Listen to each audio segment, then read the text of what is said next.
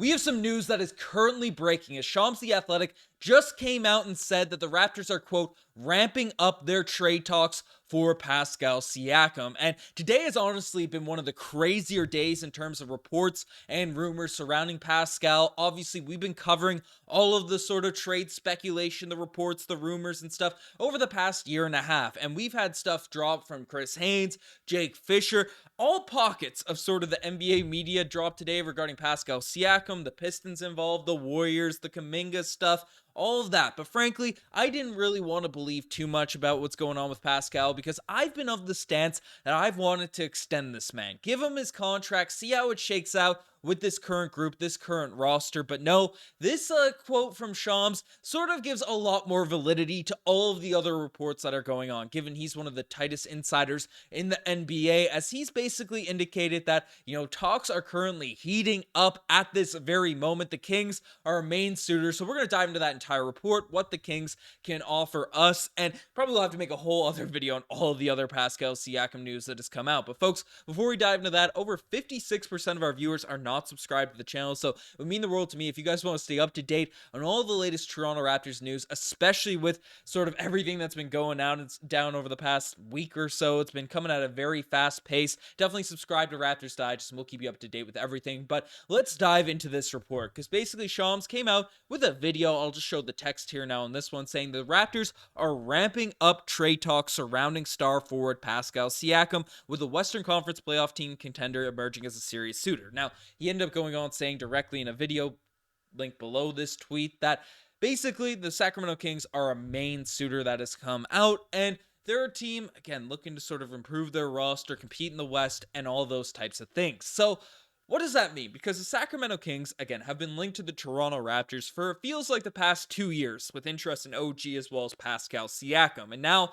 with the Raptors sort of giving indications that they are willing to make moves, willing to make deals following that OG Anunoby trade, things are starting to heat up. And we heard the reports specifically from Woj and regarding timelines for this Raptors team, when we can expect a deal. And it felt like Masai Ujiri, from all the reports that were coming out, he was waiting to see how this Toronto Raptors team looked with their entire roster, with their entire core group in place. And I guess that might not be the case. I don't know what ramping up directly means. But what ramping up means to me, at least in my sense, is that Masai Ujiri's on the phones right now, taking calls left, right, and center, because betting odds have dropped. I don't have all those screenshots. I would rush to sort of get onto this video here right now, but apparently the Mavs are the favorites. Haynes has linked the Golden State Warriors. Jake Fisher has talked about the Pistons being a legitimate suitor. Trying to cover everything I can on Twitter here now at this point, as we're officially backed on Twitter. I'm back hooked onto that platform, so we'll see what happens there. But yeah, things are kind of getting mad. But what can the Sacramento Kings offer the Toronto Raptors if a deal were to potentially go down? Because again, the Raptors, we are not going to trade these guys for nothing. And we saw it in the New York Knicks deal.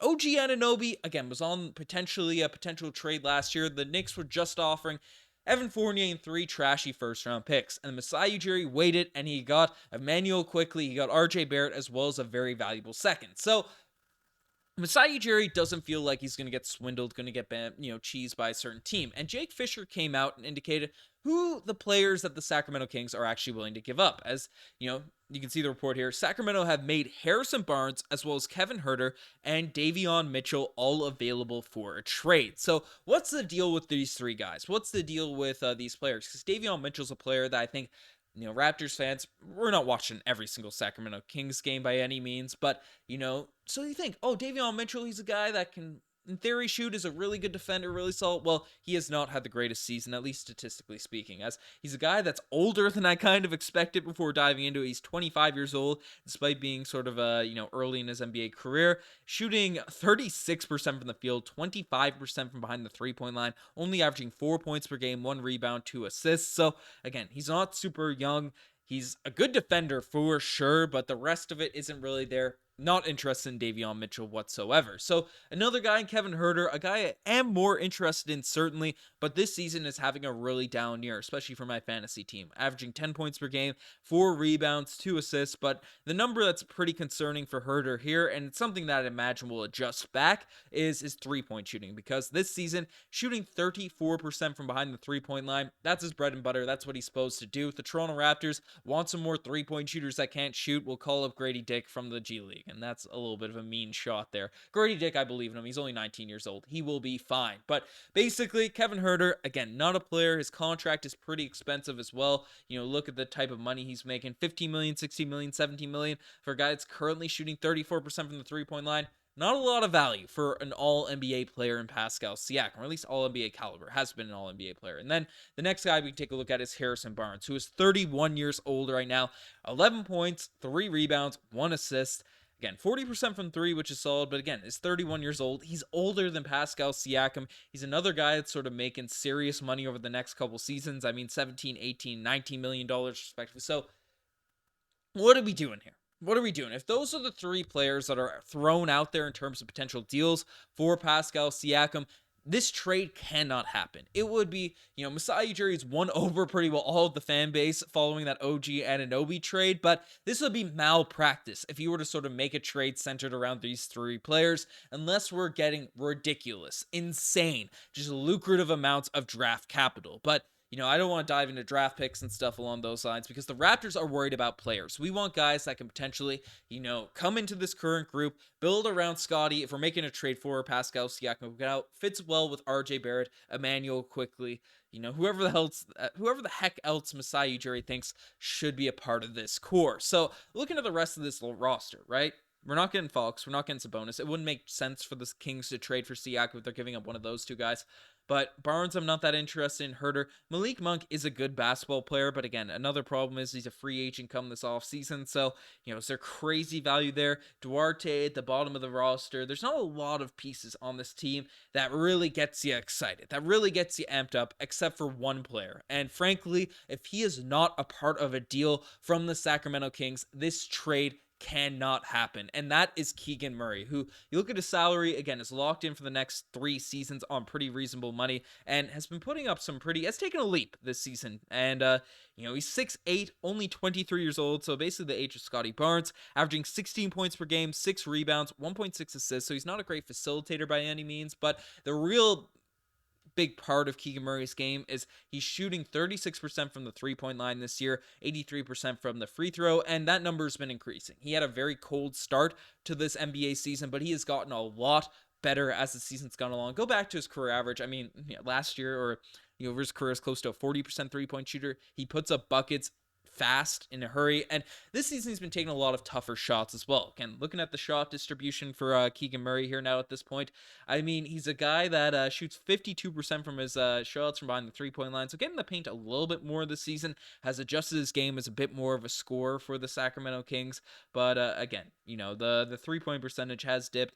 He makes a lot of those kind of close to the basket middies. Those start to go down from him. He shoots a high percentage, and again, he doesn't take a lot of corner threes. Only 23% of his three-point attempts are from the corner, and he's only making, weirdly enough, 32% of them, but hit 44% of them last year. So with the Toronto Raptors, especially playing alongside RJ Barrett, Scotty Barnes, and this would sort of, I'd imagine our starting lineup would adjust depending what other players we got and what other shakeups ended up happening, but our starting lineup would adjust to Emmanuel Quickly, RJ Barrett, Keegan Murray, Scotty Barnes at the 4, and Pirtle at the 5. So that's how things would sort of shake out. Again, you're getting a bit more floor spacing there, even though Pascal has been a better three-point shooter here now at this point. Keegan Murray's good. He's young. You have him under contract for 3 seasons. Again, he'd be a nice piece to acquire in a Pascal Siakam trade. Am I that interested in trading Pascal Siakam? I mean, unless Keegan Murray is a significant downgrade over Pascal as of right now. Again, the future, you can project things out, you could do whatever.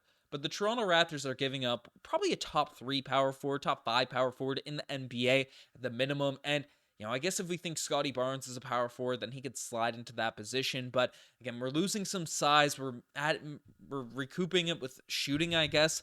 I'm not sure what draft capital could potentially get involved in this. We'd have to get some other pieces as well in order to make the salary work.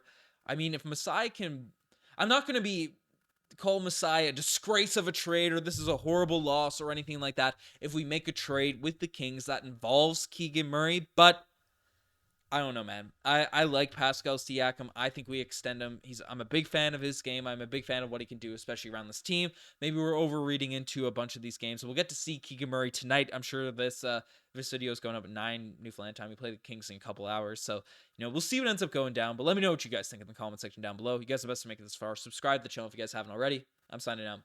Cheers.